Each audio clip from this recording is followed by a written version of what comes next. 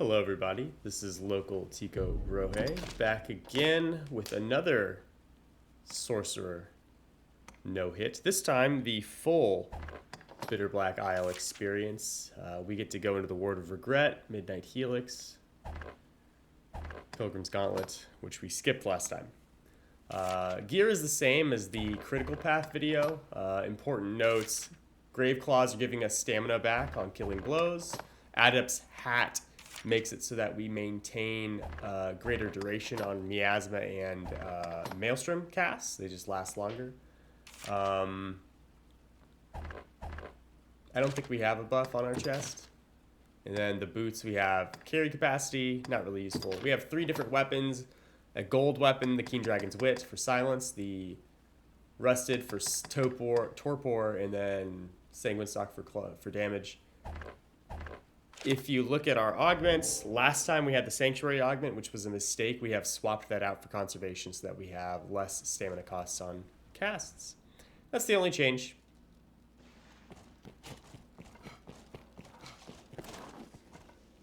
We did stream this live, so we will probably see a couple moments where I pause. This was actually the very first run of the day, so it was kind of nice. Typically there, I would actually start by walking fairly slowly forward to see if I can hear the goblins. I did not hear them, so I kind of was just like, all right, let's go. And then I saw them, and I was like, whoa. So that's why the start there was a little bit weird. Typically, if I hear the goblins, I'll just cast a Maelstrom around the corner so that one doesn't walk up to me. Obviously, we didn't do that here. That's okay. Not really a big deal.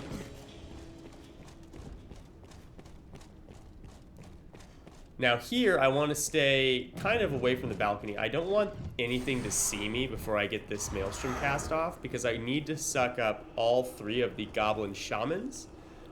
With this position, I can also get most of the Greater Goblin, just regular guys. I'm not particularly worried if I don't, because those guys I can also just kill with an Ingle, but the Shamans, they kind of require it.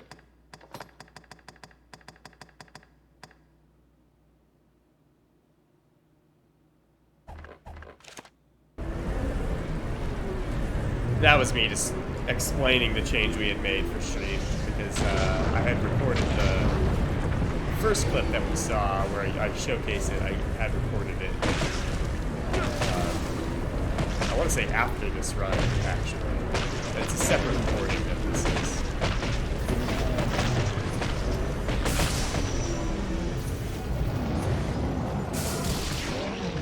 The Gore Chimera is pretty easy. Obviously, we can just focus hold it down. A lot of times it's not quite that easy, but we got some pretty good hits in. Depending on what you end up targeting, you may or may not do nearly as much. Here we're going to have leaf worms that spawn only when you get close, so we're going to kind of be careful about that. Because we got the goblins configuration, I know that I can get Garm as we go through the door down here. We'll see if I remember. It looks like I did because I slowed down. It looks like yeah, okay. Yeah, we want a Holy Affinity because we don't want to get caught with our pants down, so to speak, for the Garm. We don't really have a lightning attack on our bar. Just because the only enemy we would really use it on is Garm. There's a couple other smaller creatures that we could use it on, but for all of those creatures, Miasma works nicely or Maelstrom works nicely. We don't really need it, and then Holy Affinity works as well, so we kind of just focus both them down. You see I immediately start like headed to the left there when we open the door. That's because if we had gotten the Thunder Wyvern configuration, I would have chosen to immediately run to the other room. And by other room, I mean if you hop over that balcony to the left, there's a room a little bit of ways down on the little platform there. The reason I would do that is to avoid the gargoyles that spawn in the room with the same configuration with the Thunder Wyvern. And if I avoid them by going into there, they can only attack me from one direction, which is extremely helpful because if I stay up here, the gargoyles tend to kind of come up on whichever way you're not looking. It doesn't matter what search pattern you use, they tend to just show up behind you. Here, I know that there are 5 Hellhounds, so I'm making sure I killed 5. We killed 3 at the bottom of the stairs, and we just got 2 there. So I know all of the Hellhounds are dead. So I can now go to the better pattern for this fight, which is knock him down with Holy Focus Bolt and drop high miasmas on the ground when he lands. You'll see between each cast, I'll step back a little bit so that I can make sure that when he hits the ground, he lands a little bit closer to me. If you knock him down really far away, he'll get further and further outside of your miasma. We don't want that. We want the miasmas to have double up time so that the cast I get it off on, it deals damage as well as the follow-up knockdown. So, because of that, we're going to want as much as we can. Here I noticed that he's about to die, so I canceled my cast. Miasma just kind of churns through the dragons here, the Fire Drake. The Thunder Wyvern, it does pretty good damage too, but it's not nearly as good as for the Fire Drake. As I said at the beginning of this, we will be going through the Ward of Regret, which is why you see us go this way. Ward of Regret, there's only one configuration that really concerns us, and it's Ghosts. They will be here at the beginning, in the hallway to our right. Because of that, you'll see I'll use Holy Affinity right here to make sure that I don't get caught. There are 4 Ghosts, 2 Wraiths, which are the red ones, and 2 Spectres, which are the blue ones.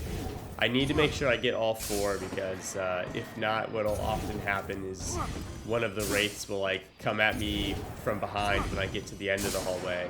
That's ended a run very early before. We've seen 3, we just need 1 more Wraith, and it hasn't spawned yet from what I can tell. There it is, and it almost gets me. Fortunately, we were ready for it. Still not dead. 1 more ought to do it.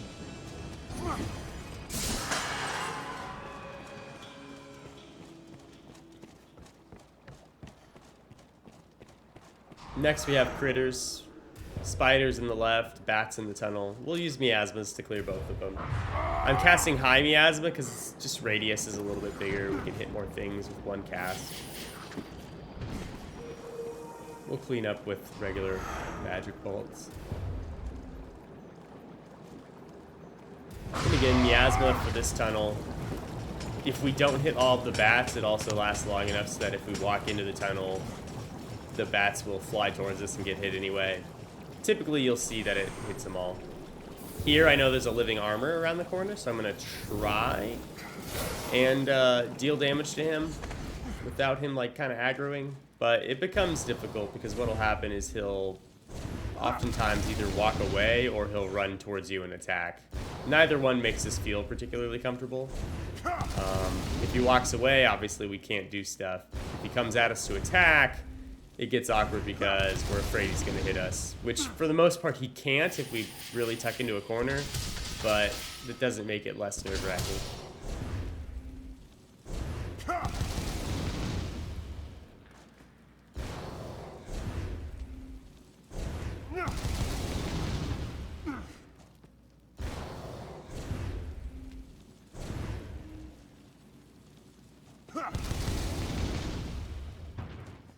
Now I'm using Ingle here because I'm not convinced that if I used Bolide it would even target him. Sometimes it'll target them, sometimes it won't. Usually if they're not close to you, like quite close, it won't.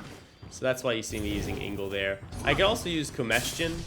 The reason we don't use Comestion is simply it just costs more. And a lot of times when you use Comestion on a living armor, even if you put it kind of behind them, it'll still block a number of the hits. And that's not what we want. We don't want him to block them. Ingle, very consistent. If he's doing this number where he's kind of standing there, we can shoot him in the head. And pretty much always.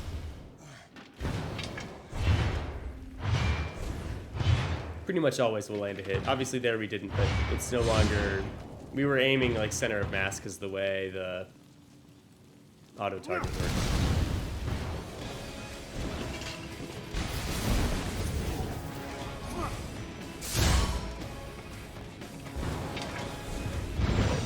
He is very close to losing his armor.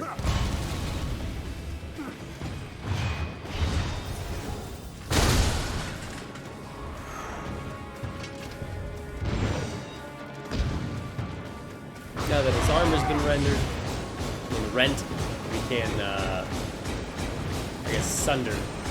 Rendered. But anyway, we can cast a Miasma. It'll do a great deal of damage because it just keeps ticking away at him.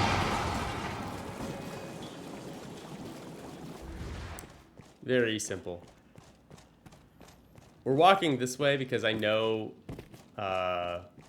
the other configuration can have enemies that spawn in here, and I'll forget that, and I will not go that way, and then we'll complete the Midnight Helix, and I'll walk that way on the return trip, and then things spawn, and I'm a little bit confused. So, we took care of them now. Obviously, there's nothing.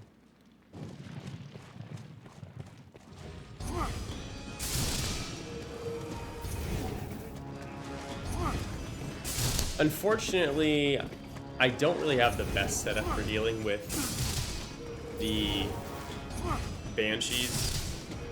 Typically, I want to use Giggle or whatever frost move I have because they freeze very nicely, and then when you break the frost, their frozen status, it deals good of damage. It also obviously keeps them from doing anything. Other circumstances with the kit we do have, I will often opt for the Maelstrom route to use gravity to knock them. However, in this circumstance, gravity's not going to do enough because of how low the ceiling is here. They just can't possibly get high enough. But we'll use Focus Bolt. Focus Bolt will do good damage if we're not in combat with them and if we get the preemption bonus. But it's still just not as good as other alternatives that we simply don't have at the moment. But we get it done.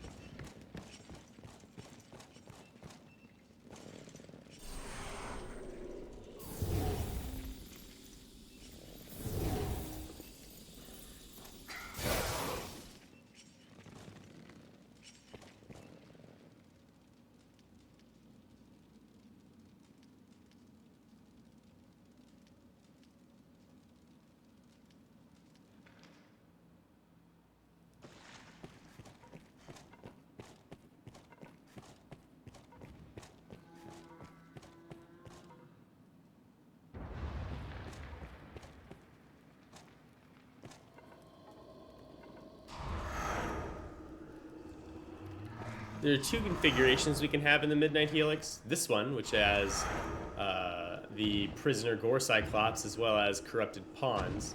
And the other one is Frostworm with Strigoi. The Corrupted Pawns will be up above us, up the tower. So we'll cast a High Maelstrom here because it does both good damage to this guy as well as grab some of the pawns. However, you'll notice that it won't actually grab all of the pawns. Some of them don't really spawn until you start climbing the tower. So what we do is we get the ones that can hit us before we start our ascent. And then once we decide, hey, these guys are down, and so is our dangerous Prisoner Gore Cyclops man, we can then start climbing the tower, and we can basically be ready to hit them at every single circumstance. Makes it very safe. That and Maelstrom is just such a really cool ability. Why wouldn't we want to use it, right? Alright, with the Prisoner Gore Cyclops down, I cast that Holy Affinity, or Holy Focus Bolt rather, just because I want to see if it'll randomly track on something. Like that one just did.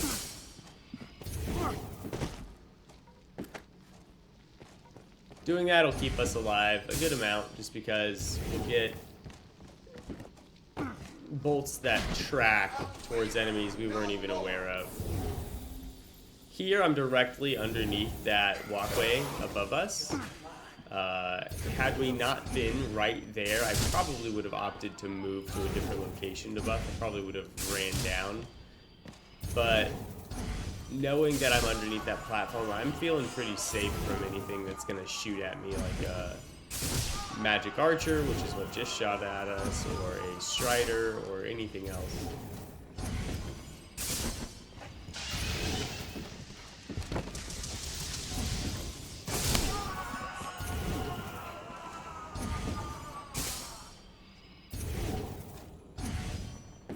Now that we've killed everything, we'll walk back down. I could open that chest. Ultimately, it just doesn't have any value for me. I think that one can have a gear. We're not using any of the skill rings, not because they aren't good, it's just they don't really help us accomplish anything in this particular run. Whereas wearing the barbed nails gives us increased knockdown, and that can have good value. So we just kind of don't worry about it.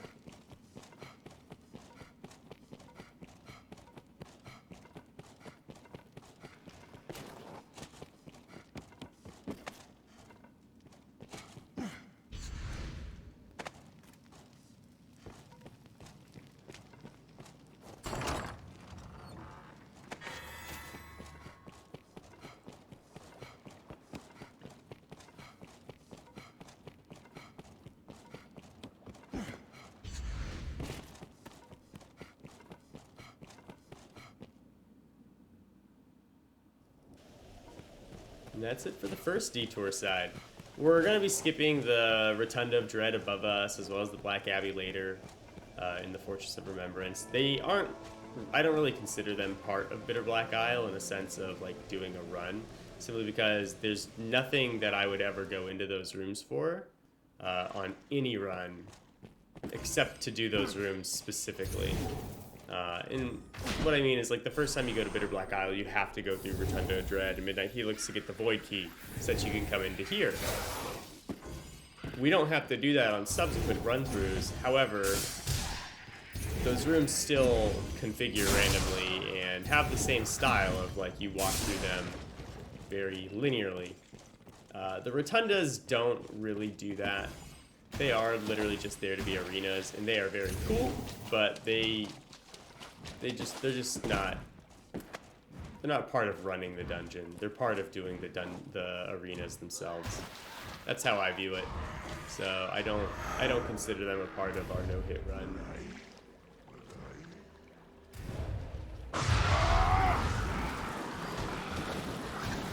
There are 6 goblins in there. It's typical that you're going to land all of them, but sometimes you'll miss one. You just need to make sure that you look at your experience drops to make sure that you didn't miss one. Because I've had it where I run in there and there's a goblin still alive, and it scares me. Here, I'm coming up this way because I know that there's ranger pawns up here. I need to kill 3 different ranger pawns. Each of them's got like a 10k change experience drop like that one was. So one is down. I know I need to kill 2 more. Unfortunately, the cockroach existing is gonna like eat a lot of our focus bolts, so that makes it a little bit annoying, but he's gone now. We can focus entirely on making sure we kill these pawns. That's a second one. We just have one more, and that's the third one. So now we can go back the route we typically take, which takes us to the upstairs before we go into the courtyard. Because we do have the cockatrice configuration, the rare spawn that we can get is Death. I don't recall if we get Death here. Typically, if you do,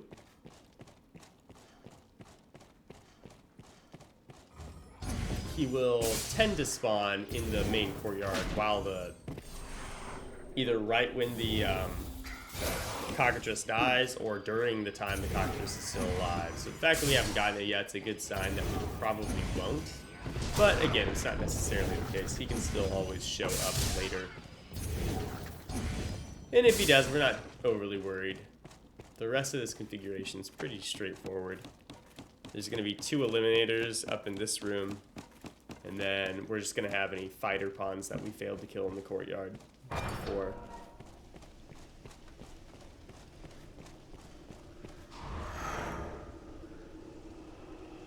As I was talking about before, when it comes to the Goblin Shamans, the tool I will typically use is Gravity to kill eliminators as well. Maelstrom will often kill them with gravity. Obviously, dark damage isn't terrible here, because like, they haven't hit the ground yet, right? And they're already missing over half their health bar. But it is still pretty effective to just have gravity handle it. We basically get to CC them for free, all the while they're taking massive damage. There's the music that indicates that death has spawned. I did say that it was still possible. He's spawning kind of late for what I would consider normal, but again, it's not unusual.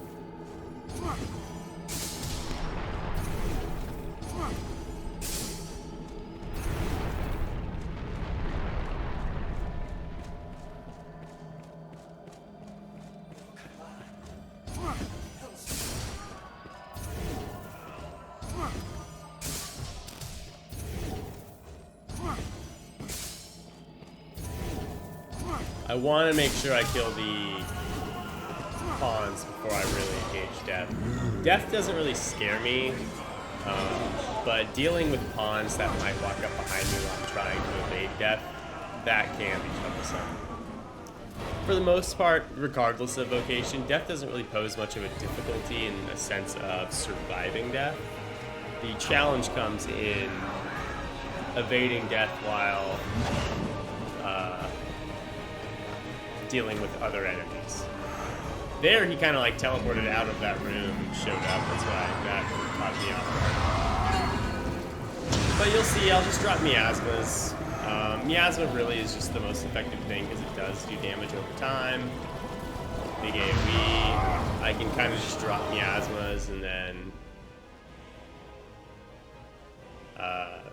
try and keep him positioned inside them for as long as possible.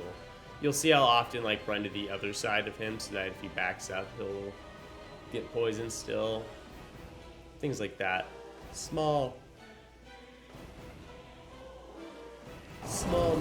mechanical adjustments kind of make it so that we can kind of guarantee that our miasmas aren't wasted. Movement is a pretty valuable thing in this game. It's not the end-all be-all. But if you figure out how to move very nicely, you can dodge a lot of abilities with very minimal movements. And in this case, we can also manipulate enemies very effectively. This is a good example. Cursed Dragons, if you get good at fighting Cursed Dragons on the ground, is another great example of manipulating an enemy with your positioning.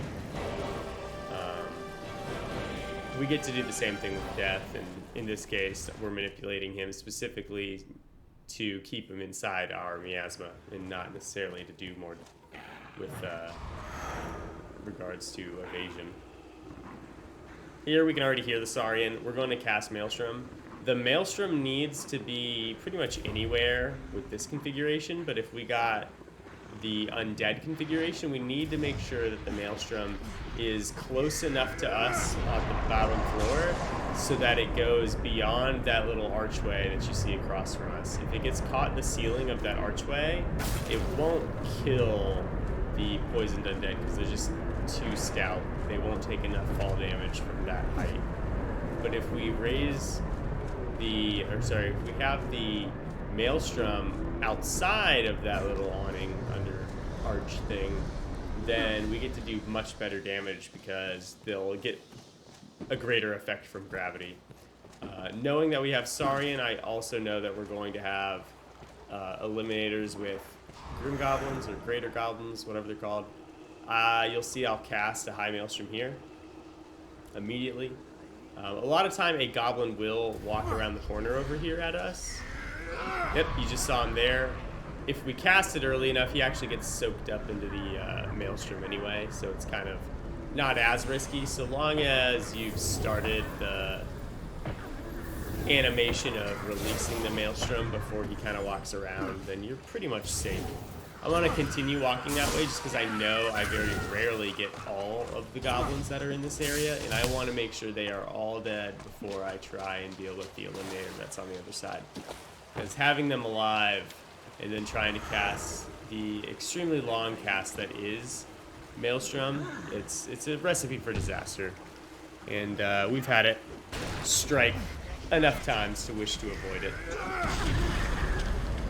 This is another circumstance where, like, if we weren't using an ability that also crowd controlled, we probably would cancel the cast when those goblins saw us. But because we are using Maelstrom, and I know Maelstrom will just suck it in, I'm very confident that I can get that cast off.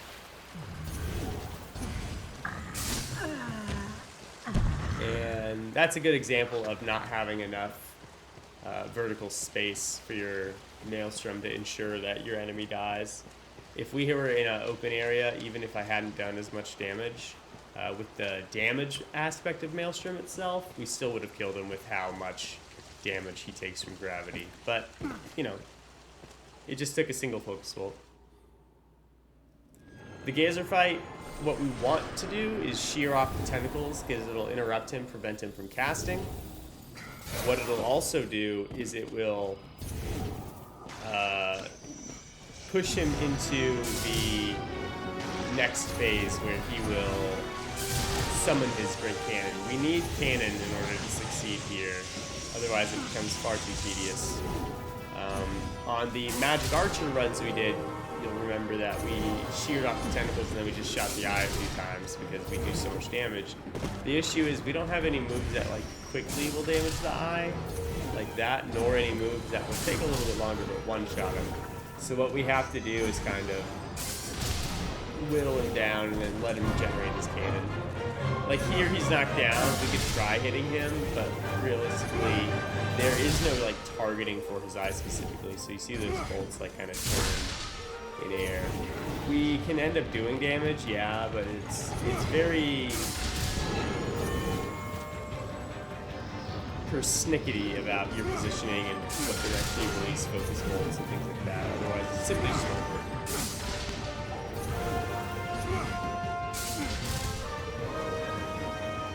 So when he's like got his face pointing down and he's kind of like chewing or whatever, I'm not really sure what it looks like. It looks like he's masticating to me. That's why I said he's chewing, but I don't know what he's doing. But anyway, when he's doing that, we know cannon's next. We're gonna drop 2 high miasmas. High miasmas so that the area of effect is large enough to hit multiple tentacles, which in this case we hit 3 for a moment, and then only 2 afterwards. But also, so that it lasts long enough that once we kill the tentacles and the cannon drops down, it'll automatically start hitting the cannon, which you just saw. It works pretty effectively. It's very consistent. The hardest part of that fight is literally just shearing off the tentacles without getting hit by typically him like casting his blind at you or something. Especially with the targeting that Focus Bolt will do. Sometimes he'll just keep targeting the eye and then you kind of struggle. Fortress of Remembrance. We don't want Strigoi, but if we do, we need to be ready with the Holy Focus Bolt, so I'll probably Holy Affinity here. We don't.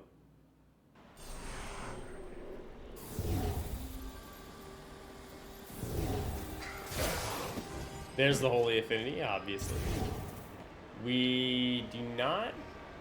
I missed it when we looked over. The reason I'm still standing here probably tells me that I saw the Strigoi. Okay. Fortunately, Holy Focus Bolt will knock it down pretty consistently. The difficulty we have with this Strigoi configuration is we do not one-shot him, nor do we often one-shot ghosts. So it makes this particular spot a little bit scary because the ghosts will often charge at us with that move where they transition and just go through you. And it becomes very scary. In this case, we kind of lucked out and they kind of stayed down below. Usually they don't hit us anyway, but it is scary, as I said. We have successfully made it past the Strigoi configuration. This configuration, we could potentially have Death as the random spawn. Death is by far, in my opinion, or in my experience rather, the least common actual rare spawn for this room. Even on the configuration where you can get it, very rarely will it actually spawn, so I would expect we most likely don't even have Death spawn today, but I don't recall. It's been a few days since I actually recorded this. Pilgrim's Gauntlet, this is the second, or I guess third room that wasn't included in the original run. 2 configurations, one has Hellhounds and then Pyrosaurian, and then later it will have Fire Drake with Ghosts, Wraiths to be exact. Looks like we have Hellhounds, so we're actually pretty happy with this. We can high Maelstrom rather and suck all of them in. We don't have to deal with the Hellhounds at all. What's also nice is we get the Dragon configuration. The alternative has Banshee along with the Pyrosaurian, which take longer to kill in and of themselves, but in addition to that, later, instead of the Fire Drake with the Wraiths, we actually have a pair of golems. As a sorcerer, a single golem fight is pretty rough. If you watched the critical path run that we did the other day, you will have seen us fight the golem, and it's slow. It's not terrible, but it's slow. Fighting two at the same time, though, is extremely difficult. It's very, very slow to do safely. So I'm quite happy that we received this one. And we'll actually engage just the same way as we did in the Duskmoon Tower. We're just gonna knock it down, cast High Miasma for the damage. When he starts flying again, we'll knock him down with Holy Focus Bolt. It's the fastest way. And then we'll just cast another High Miasma on the ground so that we can churn out as much potential as possible. Now, I knew he wouldn't land in the same spot because he didn't fly into the air and get knocked down the first time. So I knew he wouldn't fall in the same spot as the very first Miasma, but the follow-up runs are pretty close. We can usually get them pretty consistent as long as you keep moving back a little bit and moving down to the same spot at the same time. It makes things nice.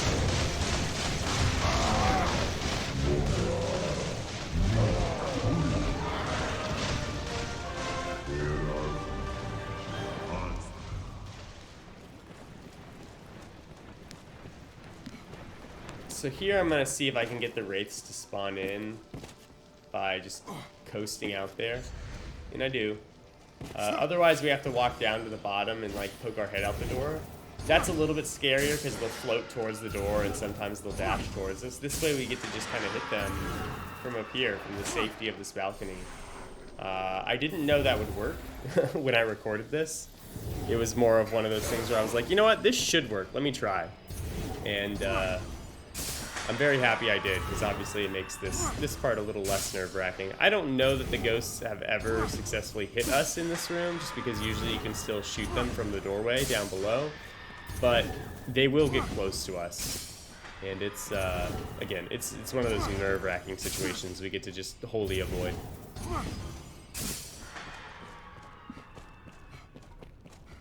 With that, the Pilgrim's Gauntlet is done. There are some critters we can fight, like some bats, some spiders, things like that. We're not really worried about them. So we're just gonna move on. This is me probably responding to something in chat. Couldn't tell you what it was. But we do stream these runs. Twitch.tv. Because we did succeed here, we are leveling up a warrior. We probably won't do no hit runs with the warrior simply because I am not successful enough as a warrior to actually evade damage the extent that requires here. There's a number of enemies that are problematic. If we succeed on a no hit run, it would probably involve running past things like ghosts, liches, just because they take so long and whatnot. But we'll definitely do a solo run with warrior. That's fun. I've done those before. Great vocation. But if you want to watch us, we're in the process of leveling it now, so by the time this is out, it'll probably be fully leveled, and we'll be starting our Bitterblack Isle runs if you guys want to catch us over at twitch.tv/localtigobromance. Back to the run. We're back in the Fortress of Remembrance. Those guys are pretty easy to kill. We mostly didn't do Maelstrom because if we Maelstrom, we lose preemption on the liches. If we just Focus Bolt, even though Focus Bolt isn't the way I really enjoy dealing with eliminators, we can still get preemption damage on the liches, which really speed them up. Liches are weak to holy damage, so Focus Bolt's pretty much the only thing we wish to use.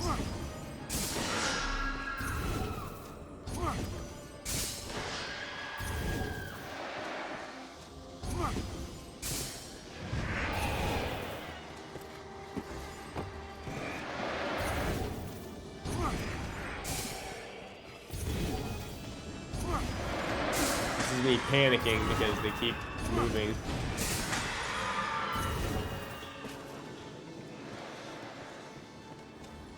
The wraiths are so scary. But we get that. One more. That was an early shot. You really need to wait for them to fully become no longer ethereal before you release the Holy Affinity. Even though there is that small delay between letting it go and then it actually hitting anything, you still want to wait till they're fully there before you really release.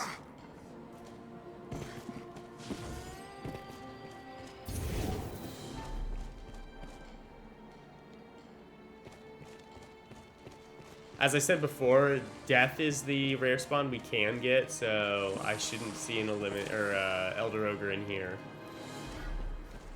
Here, though, I've got 2 Eliminators, as well as some Stout Undead, and then a few Wraiths. We're going to use a Maelstrom, High Maelstrom, I believe, to capture all of the other things, and then we will just focus bolt the Wraiths down while everything else is stuck and dying. You will see I will move close to the Maelstrom to get everything to spawn, though. There's a number of Stout Undead that just don't spawn into existence until you really get close to the bridge.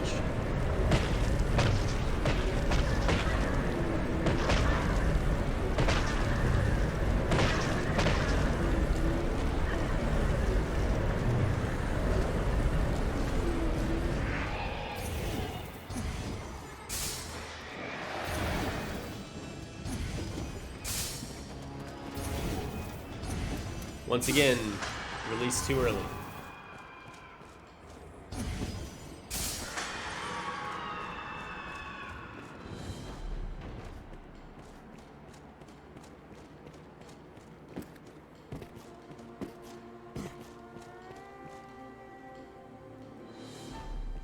Tower of Treason's repaid. 2 configurations. One is skeleton sorcerers with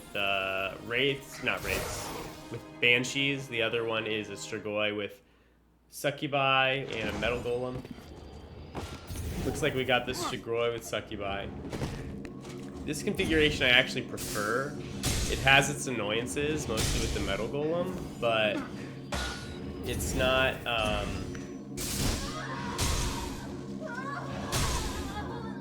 it's quite safe. It's not as stressful at the very beginning. The other thing is death is the rare spawn here, and death often does not spawn when you kill everything while inside this cage. Death will typically spawn if you're running around killing everything outside of the cage, but if you're in the cage, he very rarely will, so we don't have to worry about death, whereas the Cursed Dragon can spawn very late or it can spawn very early, and it'll often kind of mess up what game plan you have for the room.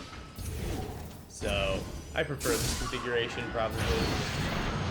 Here, I am counting the number of succubi that I kill. There are 13 succubi and then 1 Strigoi. So every time I get that 2, 5, 7, 8 experience drop, I know I've successfully killed a succubi. I'm just going to keep casting until I see that number pop up 13 times.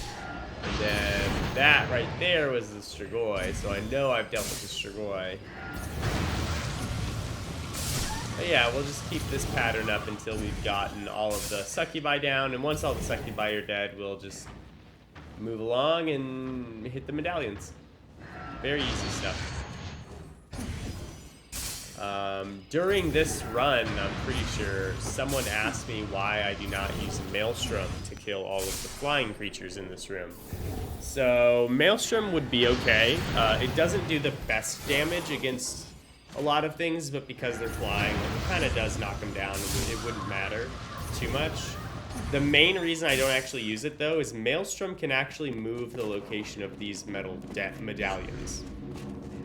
If I cast a Maelstrom, this medallion will like slide around and often leave its cage. The medallion that's below in between the 2 segments of that walkway, that one will often move, as well as the one that we're going to get after that one, which is over there in that little chasm. a lot of those will move out of position and often into positions that are less convenient for us to hit. So I prefer not to use the Maelstrom so that I can hit all of these medallions, because every medallion you can hit safely from the golem, except for the one that's down below us in that fire. That's the only one where the golem can really actively damage us during the process. Whereas here we can just hit all of them at our leisure without any risk of the golem hitting us. Even if he does like cast at us, we're still extremely safe. So that's why I don't use Maelstrom. I believe that I do demonstrate the Maelstrom moving the medallions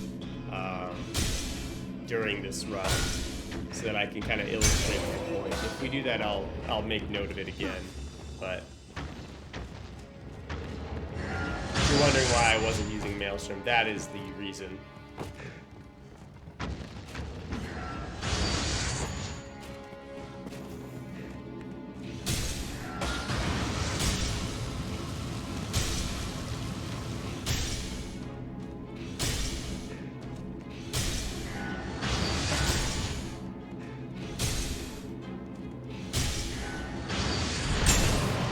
And with that medallion done, we have two more. One is in the fire pretty much directly below us at this point. The other one is inside the entrance to like the little sewer area.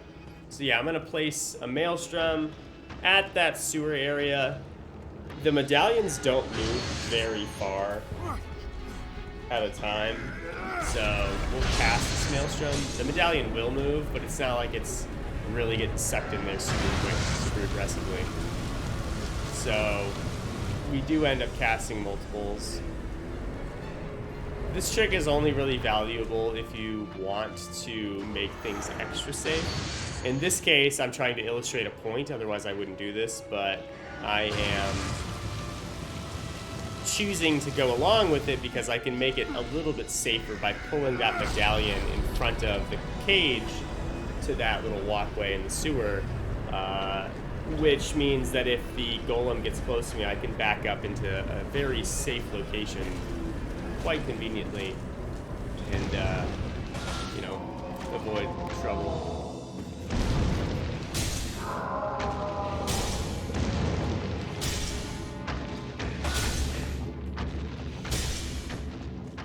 But typically when I don't use Maelstrom, I will hit that one that's outside first by just jumping at it and using the heavy attack. Because the heavy attack is physical. And then whenever the golem gets close to me, I'll run away and I'll come in here and do some damage on this one. If the golem backs off, I run back out. Obviously, we're going to get a little bit different here. And then, of course, if I break the medallion, you know, I will leave it altogether.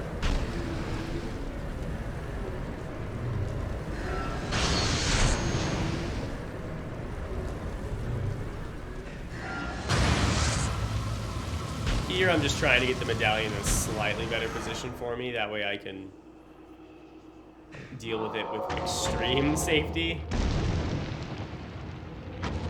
It's not quite working the way I would like, but again, it was more of a proof of concept than an actual strategy that I would definitely do. But if you're in a situation where you do need to do something, keep in mind this is an option.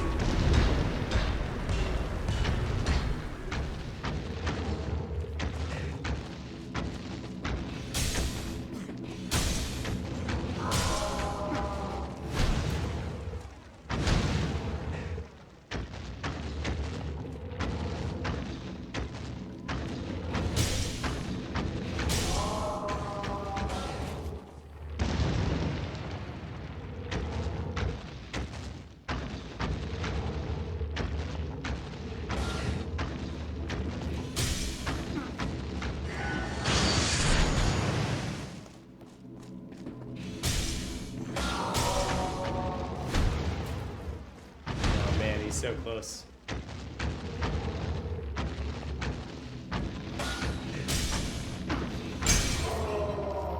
There we go. Next up is the Forsaken Cathedral. We can have either configuration is going to have Goblin Shamans at the beginning, but One has Vile Eyes accompanying them. The other has Pyrosaurian. We prefer the Vile Eyes because the Vile Eyes makes it so that the very last room does not have ghosts in it.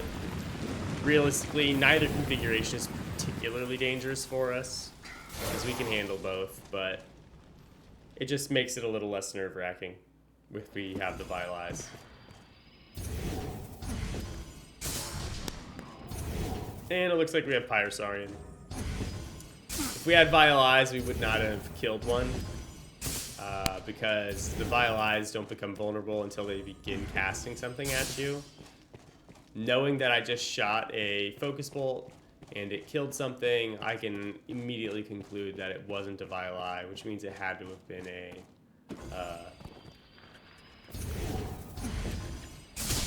Pyrosaurian.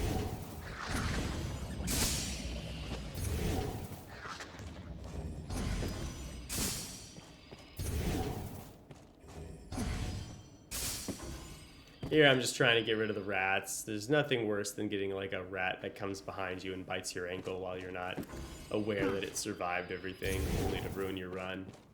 So I just try and kill them then when I can. This room we will clear using Maelstrom. I'm gonna cast it really far away because I have had in the past the Eliminator decide that it was going to charge at me from around the corner through the doorway. Definitely caught me off guard. I don't want that to happen here.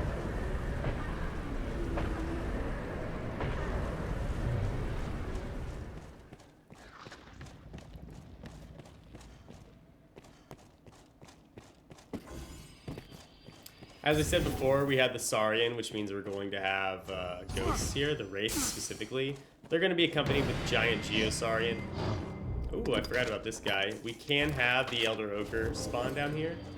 Not the most dangerous of enemies for us, but we do have to be cautious with it. We can't just go willy-nilly fighting it, because we don't really have good means of evasion. So the way we overcome that as a sorcerer is we cast, we use our Rusted Staff rather to cause Topor.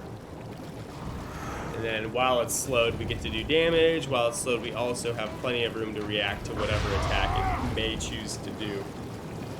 So the only real evasion we have as a sorcerer is physically move out of the way of things. And that can be fairly tricky when you've got a hyper-aggressive and fast Elder Ogre.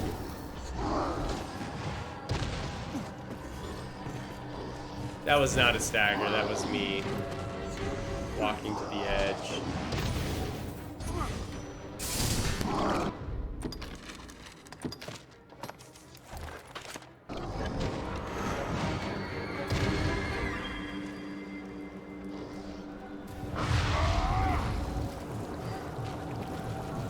And you'll see, I'll just kind of bait the Elder Ogre into jumping up and down over and over again. When it gets under 4 health bars remaining, it'll enrage. And when it does that, it'll stand still for, it's probably like about 5 seconds normally, but because it's Topored, we get about 10 seconds. So we take advantage of that by having Miasma on its head as it's transitioning into being enraged, and we get a bunch of free damage off. As I was saying before, Wraiths with Giant Geosaurian, fortunately we can kind of shoot all of them through a dead angle down here. Unfortunately, I don't actually know the count of how many enemies there are in here. I just tend to just keep casting until there's nothing else for the game to lock me onto.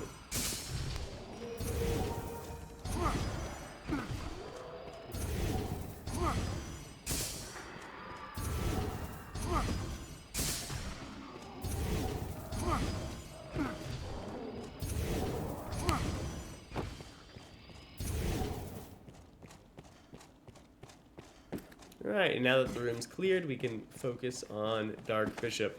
Dark Bishop fight is pretty easy. We had a fairly scuffed one for the critical path, if you guys watched that. I believe this one's much better. We're going to Holy Affinity out here because my Dark Bishop likes to kind of float into the hallway, which makes things tricky. So I don't like buffing in the hallway. But we're going to Holy Focus Bolt the dragon immediately so that it dies. And then what we're going to do next is, I guess, put oil in our lantern. What we're going to do next is switch to the Rusted Archstaff so that we can inflict, or not Rusted, the Keen Dragon's Wit so we can inflict Silence. Here I'm getting nervous because it's flying into the room that I definitely don't want it to. It will fly out eventually, I do remember this. I finally get the Silence off. Switch back to the Sanguine Stalk for damage.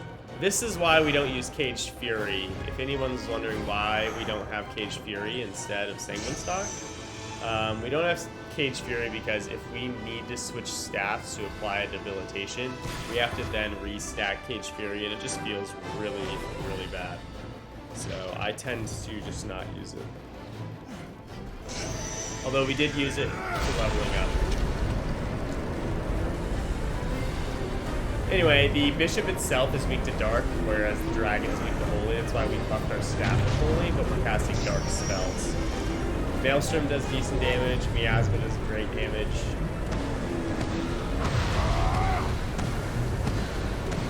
Look at that.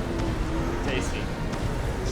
We're going to cast another Miasma just so that if the buff does wear off, the Maelstrom wears off, and we're not stuck looking at each other and then he starts casting scary things.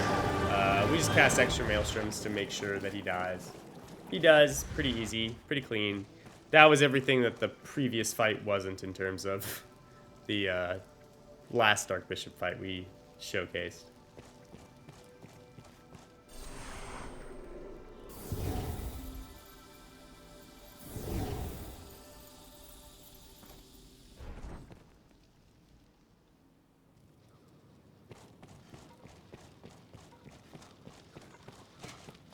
Moving on to Rotwood Depository. As a sorcerer, obviously, we're pretty good at handling ghosts, as well as the Silver Knights that spawn in here. However, we still don't want them because at the end of the room, we get a living armor, and the living armor is frankly annoying. It's a very tedious fight. It takes a long time, so hopefully we won't have that. I genuinely don't remember what we had.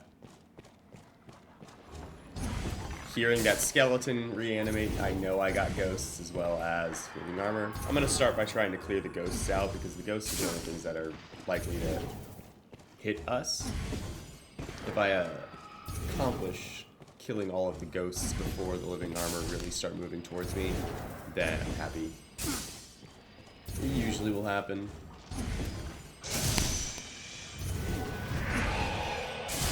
Otherwise, things like that happen, where they come close to us, but in this circumstance, it didn't hit us. We can clean it up real quick. Now you see the health bar at the top. One living armor is dead, but there is, or not living armor, one Silver Knight is dead. We have the second one, though. What's really nice is if you don't move out into the room, that second one doesn't animate.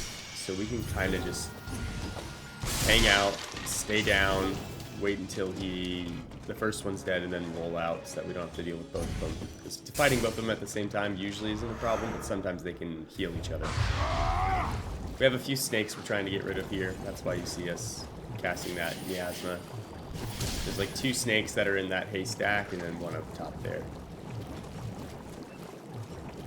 Now, this next area, we're going to have 1 Silver Knight, and there's a Wraith, is what it's called, a Wraith.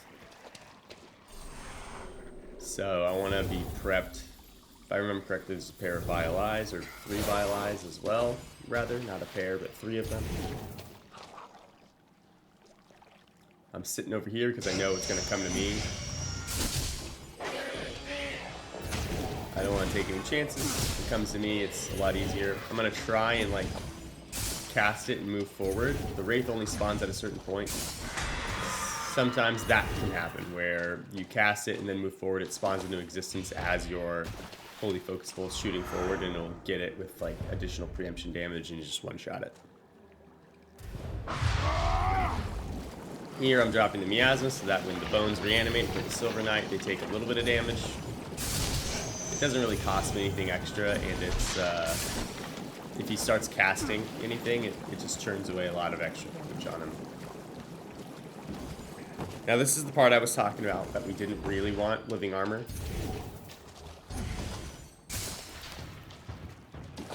Unfortunately, the best way to deal with this guy is to lure him in here, and then what I usually do is I will use like single attacks with the Holy Affinity buff up, because they kind of have a lag between when you cast them out and then when they hit him. And while some of them are in the air, I like to intone an Ingle, because Ingle does pretty good damage. But a lot of times, they'll just kind of dip a little too quick. There I didn't start intoning Ingle because I didn't know if he was going to try and hit me with the sword or not. If he's going to hit me with the sword, I obviously don't want to be in the middle of intoning a spell, because it's just going to get me caught. So unfortunately, we're going to do the extremely slow, shoot Holy Focus Bolts at him. Eventually some of them will hit him through his shield.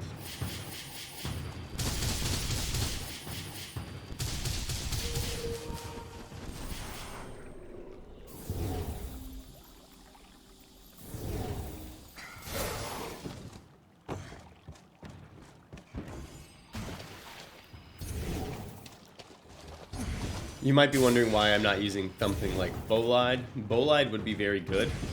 The problem is Bolide needs to have a target to hit consistently, and I'm not going to have enough time to cast Bolide if he's coming into this room. And before he's in this room, if he's out in the other room, I can't really target him with the Bolide. I could sneak into the hallway a little bit, even see him and get a cast off. The problem is, if I'm lucky and it does target him, which is, again, going to require a bit of luck, if the Bolide does target him, the amount of recovery frames I might have might make him run to me and just slap me. It makes it a little bit more concerning. I could also technically use Maelstrom to pull him around. Sometimes that'll lift him into the air as well. I don't know that this room is tall enough for him to die to fall damage anyway, so I'm not too keen on testing that. But the reality is, it's a situation where if he manages to resist the Maelstrom, there's so many recovery frames on casting a Miasma before you can move again that it becomes quite dangerous. So we try to avoid that. Unfortunately, he isn't really playing nicely the way I want.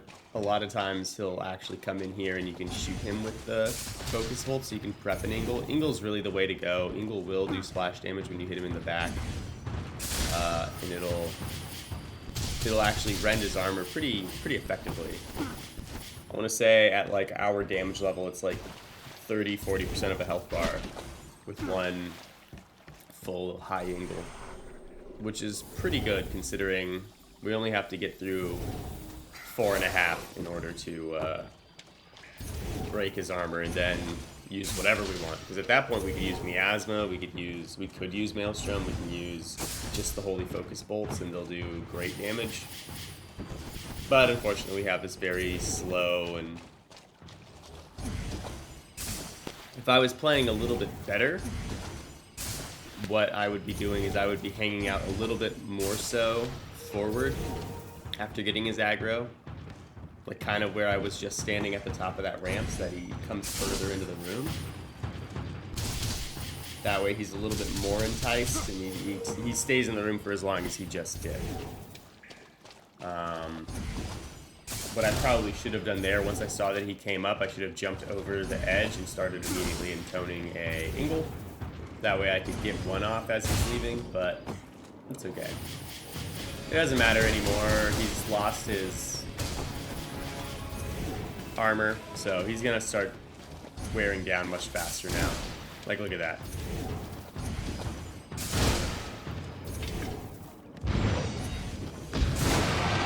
All we need is a few focus bolts to wear through them. Now there's going to be 2 specters here, and so what I'm going to do is I'm going to drop a miasma outside of the cell or the pathway I'm in, and I'm going to just step forward a little bit in this hallway because they'll spawn as you get closer to the door. There's 2 of them. That was 1. There's the second one. Now that both of those guys are dead, I feel everything's dead. The only thing that can get me at this point is if an Elder Ogre spawns. So to prep that, I'm going to pull out the Rusted Staff so we can torpor it. Cast a high miasma in the room so that we don't have to do anything to torpor him. He'll just, if the Elder Ogre spawns, it's going to get torpored by our miasma.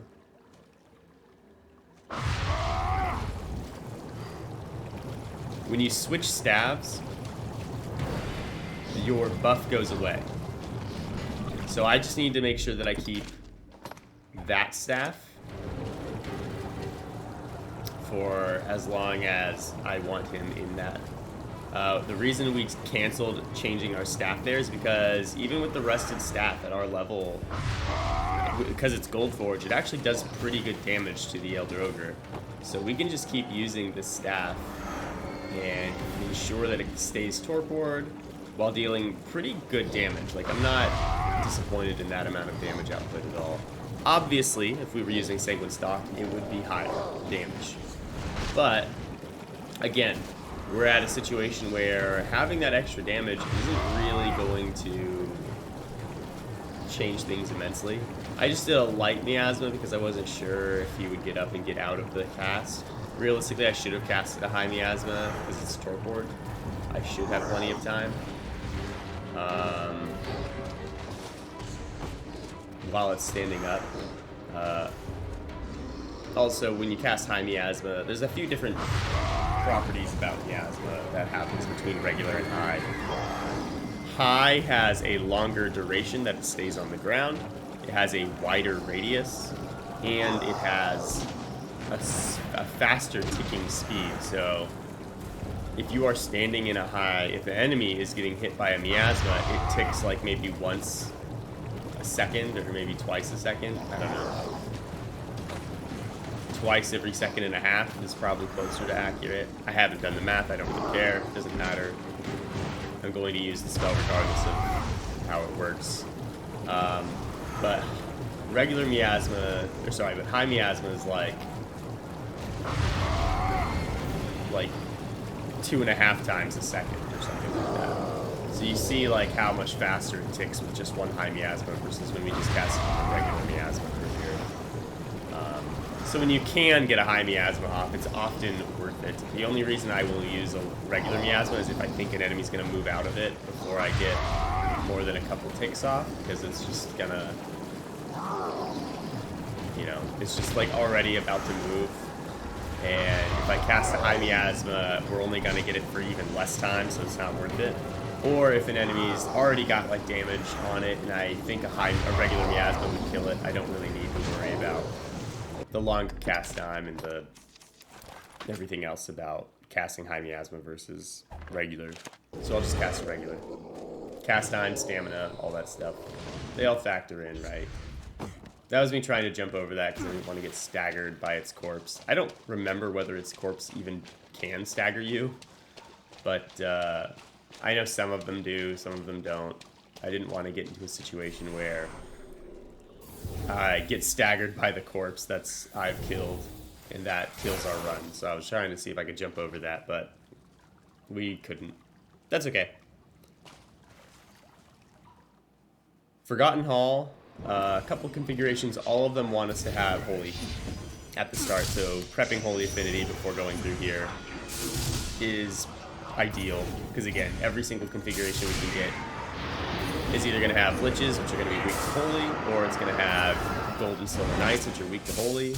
It's going to have Garm instead of the Silver Knights sometimes can spawn in here, which aren't necessarily weak to Holy, but Holy Focus Bolt is still our best tool for them with our setup.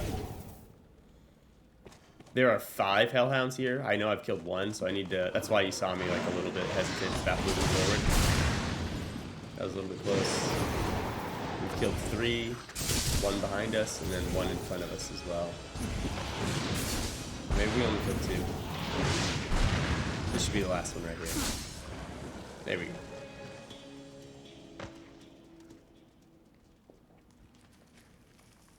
But yeah, the only enemy that like Holy Focus Bolt doesn't really do a great job on that can spawn in this room as we walk through the door is Death. Death can sometimes spawn where we're standing right now.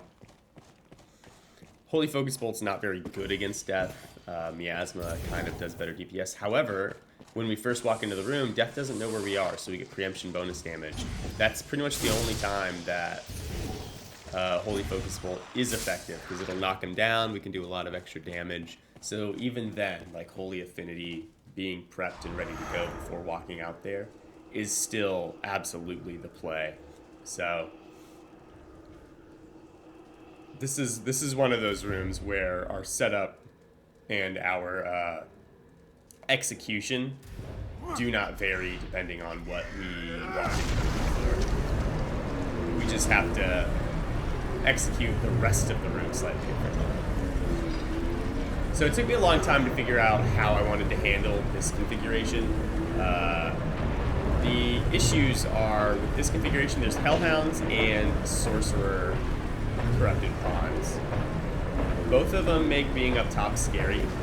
I would try to put the Maelstrom like in the middle of the room to catch as much stuff as possible before, and it just wouldn't work out because Hellhounds would run around all the way up to the balcony up above me and then hit me from behind, or Sorcerers would cast Maelstroms, or every once in a while they'd use like just a regular basic attack at me, and that would be awkward. And then I decided, what if I just put the Maelstrom by the doorway so that anything that tries to get at me is going to get sucked in like we did. So it seems to have worked really well. I think the only thing left alive right now is this guy, which is good. We still can have Death spawn. Death is the encounter that we can get with this configuration, because we have the Liches.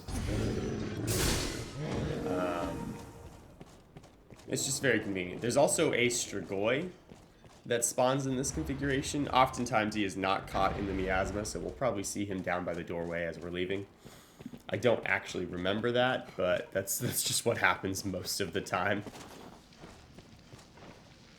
We can hear the wings. Yep, there's a Strigoi.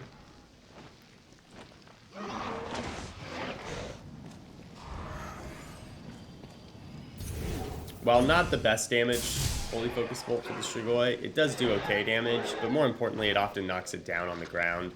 In that case, it had taken enough damage from the pair of Maelstroms that we had cast previously, and it was, we were able to just kill it with the remaining health that it had.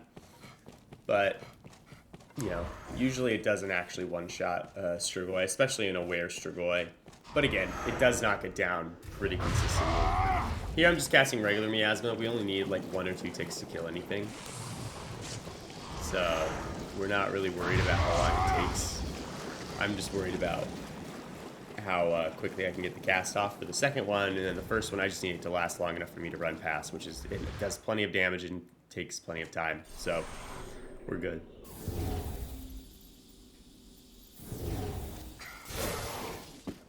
Bloodless Stockades. There's a couple different configurations. One with Cyclops, one with a Lich up top, or actually a White up top. The White is accompanied by 2 Spectres. The Cyclops are accompanied by like 3 or 4 Mage Corrupted Pawns. Neither's really concerning up here. I would prefer to have the Cyclops though, because of the way downstairs works in the sewer versus the Lich. Either way, we buff up and I cast that spell right there immediately, because if we do get the White up top, I might have said Lich, it's a White. If we do get the White up top, I want it to die immediately, because what it'll do in my game, more often than not, if I don't kill it on the very first second it's available, it'll float up into the ceiling and it'll become kind of immune for a handful of seconds, which isn't a problem in a sense of I can't kill it. It's very easy to kill anyway after that. It's just oftentimes it'll summon more undead, and things are annoying. I'm using Focus Bolt through the wall because the mage pawns can actually like shoot their little bolts at me, their little basic attacks, and it's pretty annoying. So death is spawned, we can hear the music. Normally I would run past all these bats and then use the Miasma at the end because they don't quite follow you into the room if you step far enough forward. But because death is here, death could always walk into or float into the tower here. This is scary. Whew. Usually a bat doesn't do that. We just hit death. If you noticed, we just hit death, so we do know death is here. So dealing with the bats this way is pretty much the only option we have. Unfortunately, our Holy Affinity ran out there. If it hadn't, we would probably keep hitting death because it does decent damage while he is not aware of our presence. But we're not going to get the opportunity to do that, because he's going to notice us right now. What you're looking for with that is for him to fall down. I'm going to walk up here because I want him to like kind of teleport away. He doesn't really do that, but death can't follow us up here. So since he didn't teleport away, I'm just going to drop a high Miasma by the entrance. And we'll see if he gets hit by it when he's moving around. Oh, yep, you see his health bar jiggling. We know he's taking some damage. Not much, mind you. Which tells me like the Miasma placement's kind of odd. But it's what we got. We just need to keep doing this until he leaves. The damage isn't terrible, mind. I mean, look at that. He was only in it for like 2-3 seconds, and we got, I don't know, maybe 15-20% of his health bar. It's not good, mind you. But for an enemy that's resistant to magic damage in general, I'll take it. I'll take it. From complete safety, I'll take it.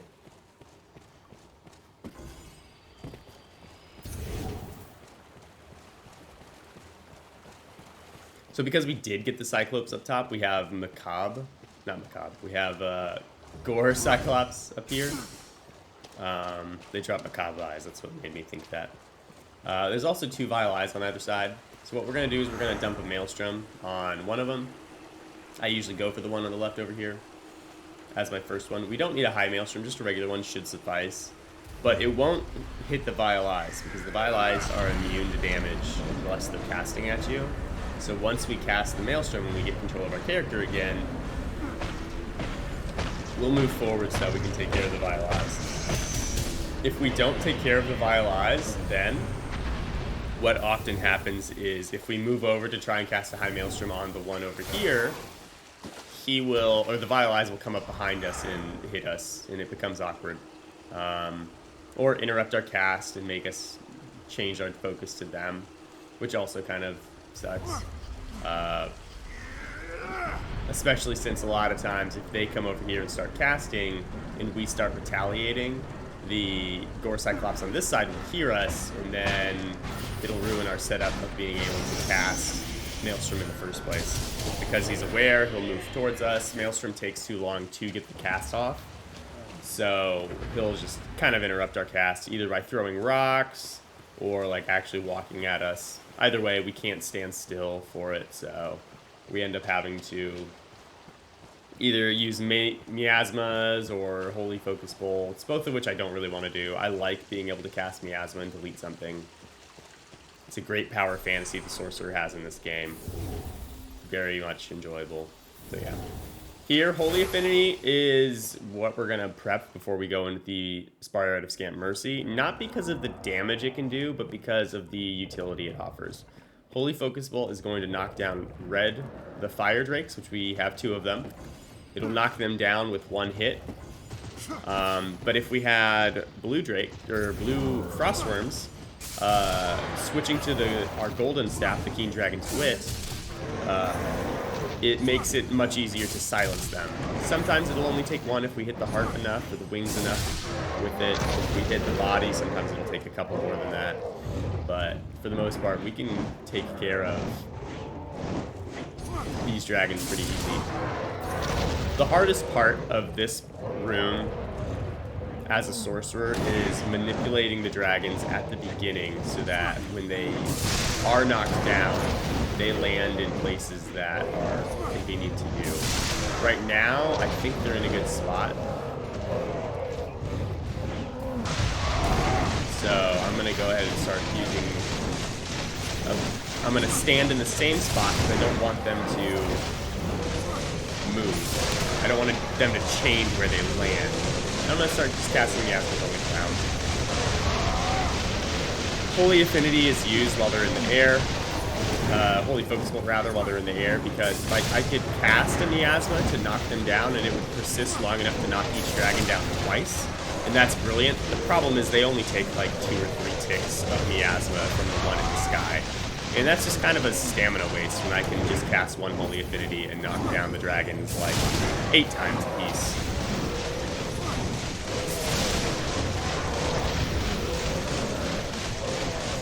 You'll see me provide another Holy Affinity to myself instead of dropping another Miasma.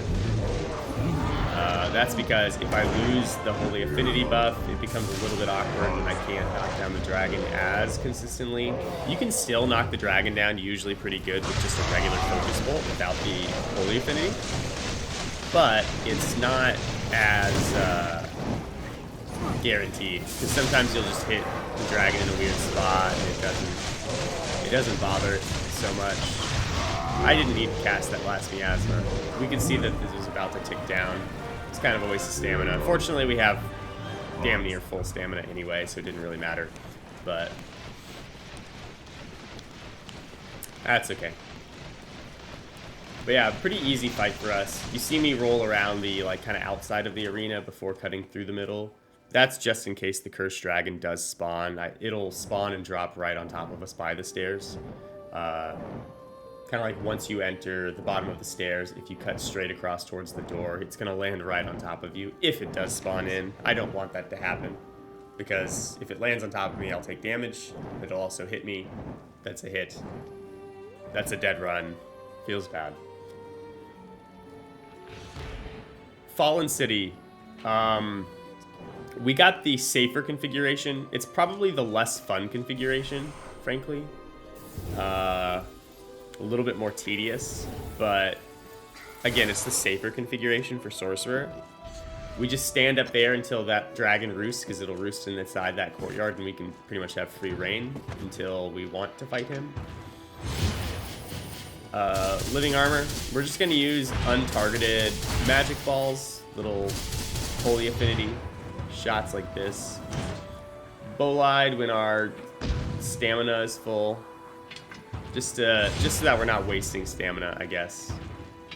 I don't know why I was toning it beyond regular. We don't need a high Bolide. It didn't target him. That can happen. Targeting with the Bolide's really awkward sometimes. That's why you don't see me use it as consistently. There are certain times where I know Bolide will target them, and sometimes it's kind of like a dice roll. In this case, we lost the dice roll. So we'll probably not cast another Bolide. What we'll do now is we'll keep shooting him like this. And try and find nice angles so that we can get the hits off. Sometimes if he gets caught in a place like this, a little patience works, because he'll oftentimes try and hit you. In this case, he's not trying to hit us, so we'll probably cast another Bolide here. Yep. Because he is so focused on us, it tells me that he'll probably be marked as a target from Bolide, so we have a much better chance of it, and we can see it's going to hit. I could tell it was going to hit because I could see the little wavy pattern on the ground. Ingle's quite good as well. It's awkward here because he's going to block it with a shield. Apparently I didn't realize that he blocked it. I thought I missed. But here I'll notice, oh yeah, it's not hitting the rock behind him, it's hitting like the phantom part of the shield. Comestion's also not bad. The reason I didn't just use another Bolide is because I didn't want to waste the stamina on Bolide when he only needed like a little bit of damage to get him to break his armor. Usually he does not block these, so it's kind of interesting that he does, especially if we put the center of the Miasma behind him. But we just cast the second one, correct our location, wear him down.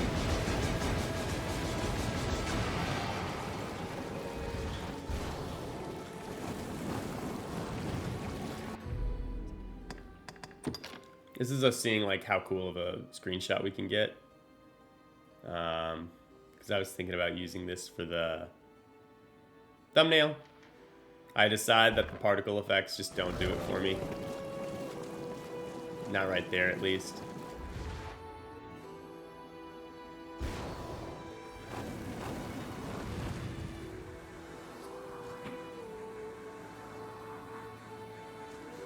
We're gonna see what it looks like when we start floating. And then our hat makes it so that we can't see our character's face unless we look super far down. And then the particle effects once again. So, a little awkward. We cast an extra Bolide there, but it's not really going to cause a problem. For the most part, when we attack this guy, we're going to use the Holy Affinity and just individual shots again. I believe we do capture a thumbnail on this roof fighting this guy, if I remember correctly.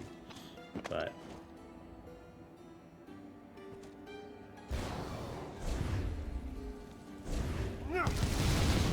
Ingle's pretty good. You saw right there, just took about, I don't know, 55%, 60% of his health bar, of one health bar away. I can tell it, since it is kind of stuck looking at us like that, I can tell that Bolide is thing. We'll take that one. Cool angle.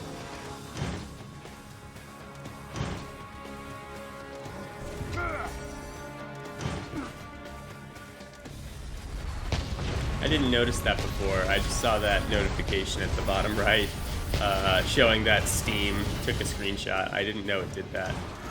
So that's a first for me. So here we're going to use Maelstrom. Maelstrom isn't here to do damage to him. It's here to just move him to a better position so that we can hit him with literally anything.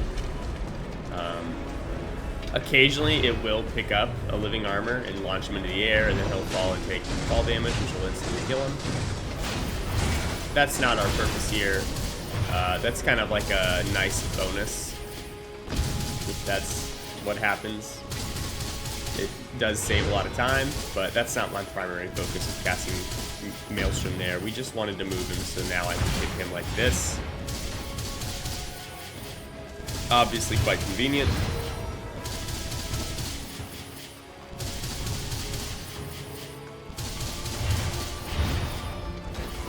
And we'll just keep casting it like this until it stops working, and then we'll adjust our cast. There he moved, so I can actually go back to aiming it up there. The reason I'm not locking on him to do this, or not locking on, but the reason I'm not like pointing at him to target him is because I want them, and by them I mean the magical ball things, I want them to take different angles to home in on him. If they go off at an angle first, they can get around his shield. If I aim them straight down at him, even though it's like straight down and we can still see his head, a lot of times they end up hitting his shield. So this way they kind of dip at him from behind, and we get very consistent and free hits off. So last time we cast Miasma because he was blocking so hard. This time he's not, so we can kind of just use these magic balls, these magic bolts. I don't know what to call your basic attack. Whatever the basic attack is called with Holy Affinity. We'll just use that, and it churns through him really fast. Here we're just trying to pull him. We need to hit him and then get on the roof. If we're on the roof when we shoot that Ingle, he does not move. And we basically have to cast the whole way through. We could cast multiple Ingles to do it, but it just costs a lot of stamina is the problem. And after this guy's dead, we have a dragon we need to take care of. And we'll probably have to like wait to rebuild some stamina during our fight with him if we do it that way. So I'd prefer to just pull him a little bit closer so I can do this, or this is kind of unusual that he stays here without trying to fight us. A lot of times he'll go in the courtyard below us and we can get a Bolide off and things like that. But here, if he wants to stay put and I can hit him, we'll just keep using this pattern. This is why I said this configuration is the safer one, but also the less fun one. Fighting the Eliminators is like a bunch of Maelstroms, so throw them in the air and then drop them on the ground.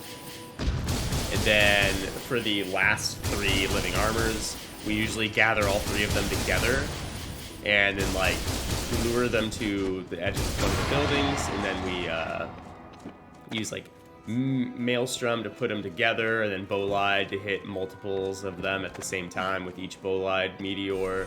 It's a pretty fun fight, in my opinion, as far as like a sorcerer 1v1ing, or not really 1v1ing, but taking on living armors goes, because a lot of times it's pretty boring because there's not a whole lot you get to do as a sorcerer actively. It's all very passive. Here I'm dropping a Miasma for 2 reasons. 1, he'll stay in it for a while. But 2, I want to make sure that I hit the heart. I could have used an Ingle to hit him. Ingle does pretty good damage, but like if I miss the heart, I'm gonna be a little bit sad. Because if I knock him down and I miss the heart in doing so, and then I hit the heart while he's on the ground, he's gonna immediately stand up and I'll do less damage periodically. So this fight is a little bit awkward. It's easy. We just use Miasma while he's up top to knock him down, like we did not do with the Fire Drakes. The reason we do it here is because Holy Focus Bolt does not knock down the Thunder Wyvern. We can cast a few Holy Focus Bolts and they will eventually knock him down, but it ends up losing the value that our Miasmas on the ground have. I would much rather waste a Miasma up top and get maximum value out of Miasmas on the ground than waste Miasmas on the ground and deal less damage, period. So we do it this way. The reason I say this fight's awkward is because every time the dragon falls, he kind of falls in a slightly different location. And it makes it hard to kind of make sure that the dragon doesn't land on the roof with you, which we don't want. But it also makes it kind of hard to make it so that every time he falls, he lands in a Miasma you've already placed, so that you continue to get value out of Miasmas. Because if he only gets hit by the Miasma the first time you drop it on him, it's very inefficient. We don't want that. I'm backing up because he's going to yell.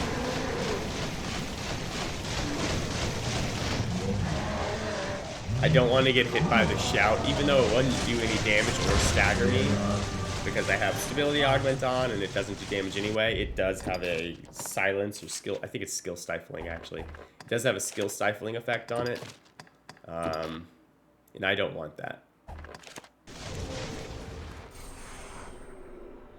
Even if it doesn't skill stifle me, if your character like flashes, showing, hey, you've just been hit by debilitation, I don't want that.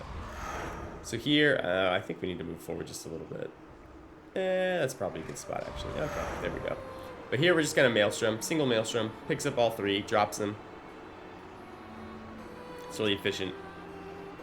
This is basically how we deal with all of them in the other configuration. If we get the Eliminators configuration with the 2 dragons instead of the 1 and the 3 living armors at the end, we still typically Maelstrom for all of them, except for the first. The first one's isolated, and it's kind of a waste casting Maelstrom on that one because we can Holy Focus Bolt him down. Because he doesn't, the way the pathing is for him, he doesn't, his path doesn't cross in front of something else, so we accidentally pull multiple things, and he doesn't have a situation where he can ever actually get to us. And we have to stand still for a little bit anyway to make sure that the dragons roost, so it all kind of works out. Daimon, not a hard fight for Sorcerer. Holy Focus Bolt, so we're going to buff with Holy Affinity before going in. We're going to let our stamina build up a little bit, because it is somewhat of a stamina-intensive first phase. Because while we don't use stamina to deal damage, we do use stamina to evade. We're going to be sprinting pretty much constantly. Our goal is to constantly stay behind him by rotating around him on his left side, our right. That avoids his... Being behind him avoids his grab, his punches, a lot of his spell casts with like the ice spikes that he'll do, Ingles, things like that. All of those won't come out if we're behind him. And choosing to go to the right side, or our right side, his left, makes it so that if he does cast his grab ability at us, we're already on the correct side to evade it. We'll see if he does one here. I'll point it out if he does, but it's a very consistent strategy. You just need to make sure that you constantly do it. One little trick there, we were able to rip out that Holy Focus Bolt like immediately upon entering. If you have Holy Focus Bolt buffed already, or if you have Holy Affinity buffed before you go in, obviously, you're good to go. He's missing 3 health bars. He's going to use Soul Vortex. Here we're going to buff with Holy Affinity again for maximum damage, maximum buff up time rather. It doesn't matter when we cast Holy Affinity really. It really doesn't matter when we cast Holy Focus Bolt during that Soul Vortex. We're going to knock him out on the first hit anyway, so we might as well buff beforehand. The reason we buff there though is because I want to have maximum uptime, not for the rest of this phase, but for the beginning part of the second phase. There we evaded everything. He didn't really have any of his punchy moves. But again, if you stay behind him, he won't do that. So long as you're being vigilant about getting behind him constantly, it's a pretty safe situation as far as the Sorcerer run goes. Slave to a broken order, dare you look upon the truth?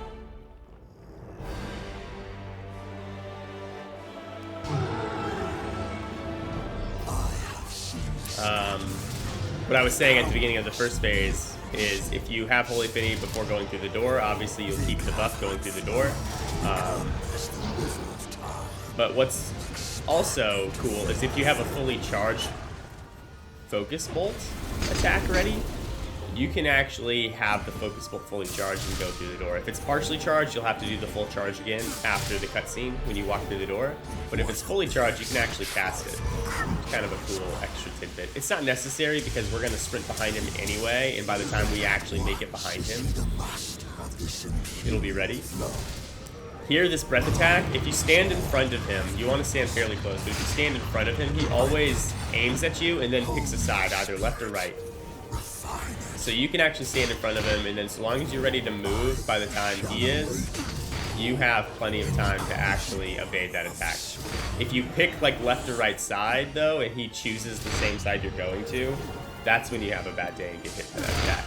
If you just be patient and stand in the middle, it's actually a very safe ability. Here we got 5 health bars down before he finished casting Soul Vortex. That's fantastic. We rebuff. We knock him down. He should not get up in time, I don't think, especially since we got an extra stagger there. We should be able to kill him while he's still down after his defensive curl. A lot of the times, he won't get that far down before he does the Soul Vortex, because at 3 health bars is when he'll start doing it, or can choose to start doing it. And so we just have to evade like a couple spells. The only dangerous one really is Sigils. Everything else is very easy to evade. And that's that. That was a pretty clean Daimon fight, actually. I'm pretty happy with that one. Usually there's some like nitpicks about what I could have done better. Even if we don't get hit, there's a few things that we can always improve, right? That one's a little bit tricky for me. Usually I have a complaint about Comestion and how I evade it, because I run around like a chicken with my head cut off for that one because I'm colorblind and I can't see it on the floor. I genuinely can't see the indicators. But that one, we ran away, we got line of sight so that we could dodge the Ingle that came out, but we didn't do it in a dangerous way, so that was pretty good. But with that, I'm going to go ahead and thank you guys for being here. I hope you enjoyed the video. I'm sorry, this one took a little longer to get out. Things have been a little bit busy the last few days, so I apologize for that. I know on my other Sorcerer run, I said that we were leveling Warrior. We are still leveling Warrior, but we've finished Grancis, so we're actually doing Bitterblack Isle already. So if you guys want to check that out, I stream Monday through Friday, every day. Twitch.tv/localticobrohey. Thanks for watching, y'all. Cheers.